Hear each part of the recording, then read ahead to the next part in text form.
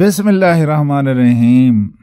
दुनिया की मुसीबतों में सबसे आखिरी मुसीबत मौत की मुसीबत है और आखिरत की मुसीबतों में सबसे बड़ी मुसीबत मौत की मुसीबत है। पहली मुसीबत मौत की मुसीबत है, उसके बाद जितनी मुसीबतें हैं वो इससे बड़ी मुसीबतें हैं। इसलिए अल्लाह के रसूल सल्लल्लाहु अलैहि वसल्लम का अपना मामूल भी यही था और आपके सहाबा का मामूल भी यही था कि वह अज़ाब कब्र से पनाह मांगा करते थे। आप फरमाया करते हैं, अल्लाह मैं नातवानी और सुस्ती से तेरी पनाह मांगता हूँ। ऐ अल्लाह मैं बुज़दिली और ज़ईफ़ुल उम्री से तेरी पनाह मांगता हूँ। और ऐ अल्लाह मैं अज़ाब कब्र से तेरी पनाह मांगता हूँ। सहीहुल बुखारी की हदीस है, किताब 75 हदीस नंबर 78। मेरे अजीज़ दोस्तों, रसूलुल्लाह सल्लल्लाहु अलैहि वसल्लम अक्सर सहाबाए किराम को अज़ाब कब्र से बचने के लिए सूरतुल मुल्क की तिलावत करने की तलकीन फरमाया करते थे।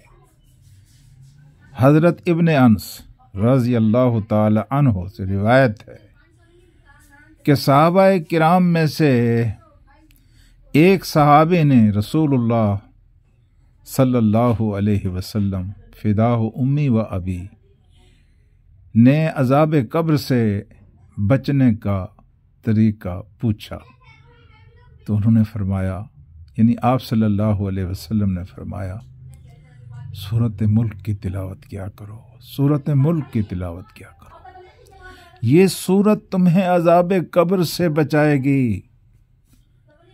तिरमिज़ी की हदीस है, किताब 5 और हदीस नंबर 42।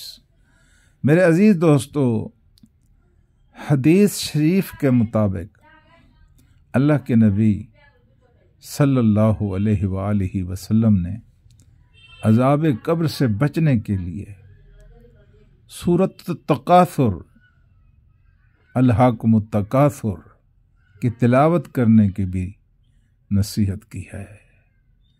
इस हवाले से हज़रत अली शेर खुदा रज़ी अल्लाह ताला अन्हु का एक कौल है, जो शख्स हर जुमे के रोज़, जो शख्स, सुन लें आप, जो शख्स हर जुमे के दिन सूरतुन निसा की तिलावत करेगा वो अज़ाब कब्र से महफूज रहेगा। मेरे अजीज़ दोस्तों, सूरत मुल्क भी पढ़ा करें और सूरत निसा भी पढ़ा करें और अल्लाह तबारक व तआला से पनाह भी मांगा करें कि अल्लाह आपको अज़ाब कब्र से बचाए। चैनल को सब्सक्राइब कर दें और कमेंट में जाकर एक दुआ लिख दें कि अल्लाह आपको, आपके वालिदैन को अज़ाब कब्र से महफूज रखे। अल्लाह आपकी इस दुआ को कबूल करेगा।